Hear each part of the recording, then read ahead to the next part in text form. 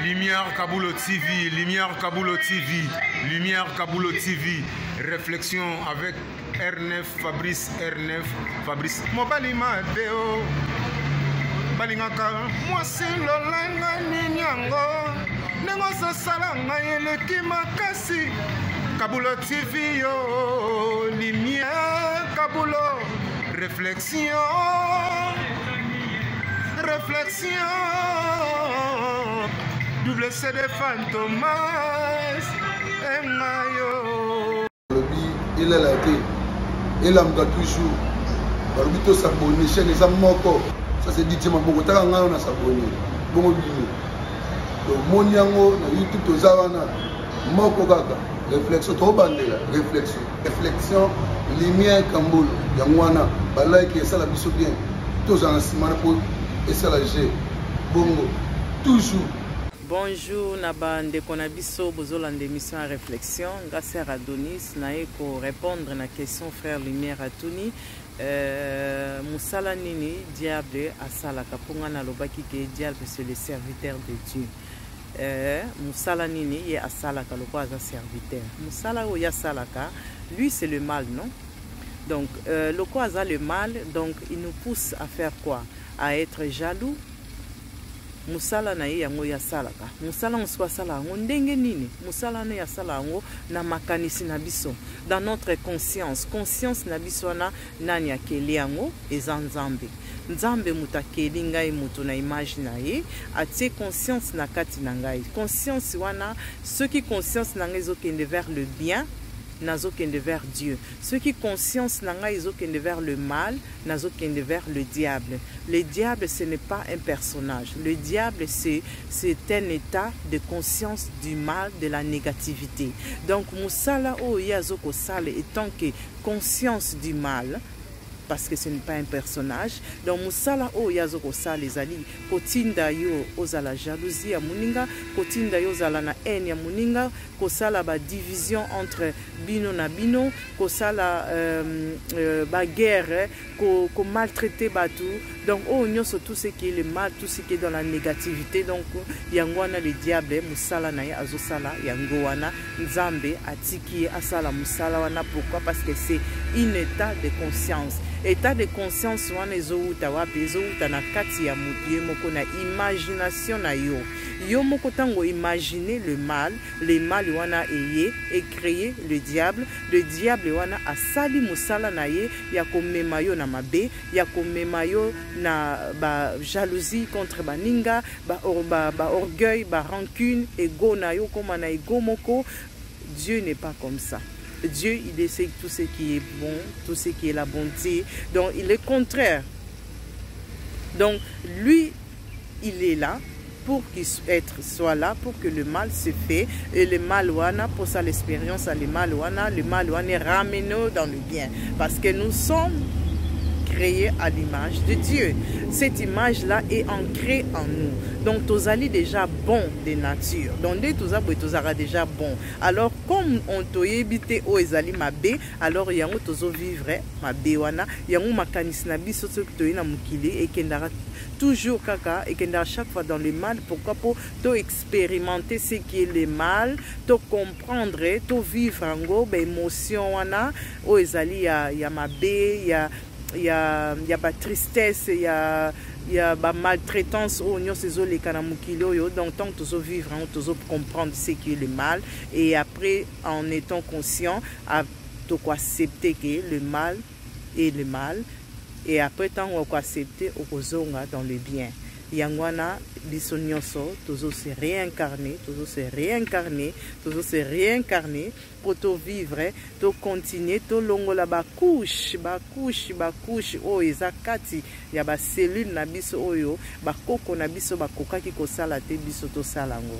Donc le diable azali personnage mon côté, azali un état de conscience du mal, de la négativité oyo moko mutu ozoko créer imagination na ye. Donc aza serviteur ya nzambe eza tokolobaki aza serviteur. Pourquoi? Pour awana mukili nyonso epesa maka kombo na monde spirituel. Diable aza na kombo te. hein? C'est une vibration, ils ont énergie moko, ils ont circulé, ils ont qui vers le mal. Donc azana personnage moko, azana image moko to kolo bake yeyo diable yeyo nzambe, tout comme pe nzambe pe to kolo bake azana image moko te to kolo bate ke nzambe yeyo image na yangoyo. Non, azana na image moko te. Donc tout comme Dieu, tout comme le diable, image zate to créer kabango na imagination na biso, parce qu'il existe.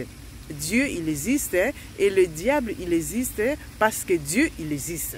Donc, c'est un peu compliqué pour nous comprendre, mais nayebi o nazoloba pourquoi pour ngamoko nazala qui na position ana ya ko comprendre te, mais après tant on a analysé ma kambebele na kuba recherche na sali na ko comprendre que c'est comme ça. Donc nzamba zala na bino mondo tozo vivre za monde ya dualité ndenge ndeko na biso fumusa kwa lobaki, tout ça se fait par deux. Donc parce que Dieu est là, le diable doit être là. Akotika la kolongwa na mukili te. Lobak nzamba azo exister souté, mais comme qu'il est le alpha et l'oméga, azala ki azali akozala toujours, le diable peut akozala toujours pour tout ça l'expérience du mal wana. Lobak yemoko na une autre dimension à lobak ezali li sous bonté na lingi sous le mal exister de exister sous souté, mais lui-même le créateur a fait que le mal soit. Mais il était a créé le mal qui est dans nos consciences. Le mal où ils ont la conscience, lui il a créé ce qui est le contraire du bien. Le contraire de bien, il y a un biso tozo créé imagination et na conscience na biso. Donc ils ont dit soko koti la monde spirituel au makambo belo comment comprendre bako kona biso ba bando expliquer yo na bandoto ba bando ko révéler makambo ezali caché, parce que makambo eza caché za na kati na biso.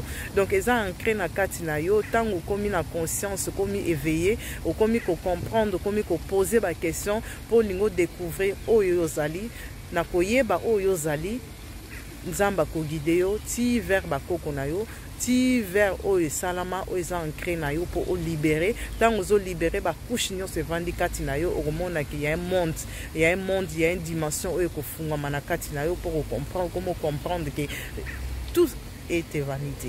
Donc ndenge moko yeso lobaki tout est vanité. Alors na pena na position na ko lobaki tout est vanité. Tozo vivre tout ce là. Tout ça l'expérience, ce qui le bien ayé, n'a accepté et ça linga passi na leli, mais vie ça continue jusqu'à nzambe jour à rubenga ngai jour mission na ngeko suka na mukili.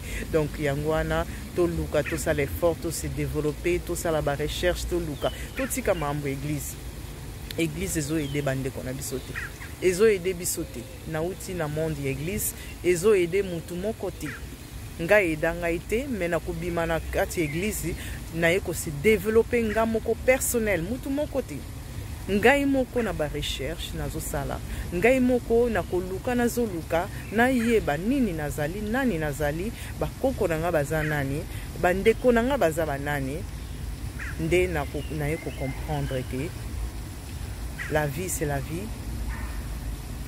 tout était vanité. Donc yangwana bandeko na biso le diable c'est un état de conscience, yende mutaso travailler pour Dieu, aza serviteur ya nzambe na maloba ndenge topesi kombo ya serviteur, mais en réalité azane serviteur te azane kaka un état de conscience. Mais ce qui topé sa combo pour yo comprendre ngai pour se comprendre non yango ba combo et pesa mandeti ngai combo nanga Donis ba pesinga combo pour yo yeba ke wana sera Donis. Donc combo wana pe ba pesi ya le diable ezaka pour muta comprendre l'état wana conscience wana ezana combo comme nango diable le mal wana alors que ezana ngaka eza makamususu ba mususu bazopesa ba combo eza mamususu ezali na monde spirituel ezana ba combo te. Donc mingi ya kolobezali mingi ya koloba ezali nzambe kaka sunga biso atia lumière eza na kati na biso et se développer et bimisa lisusu ya ebele oyo nzambe atie kati na biso mpo ebimisa mpo eloko na eloko eza na ta nango esengeli ebima. Donc yango wana nzambe abatela bino. Au revoir.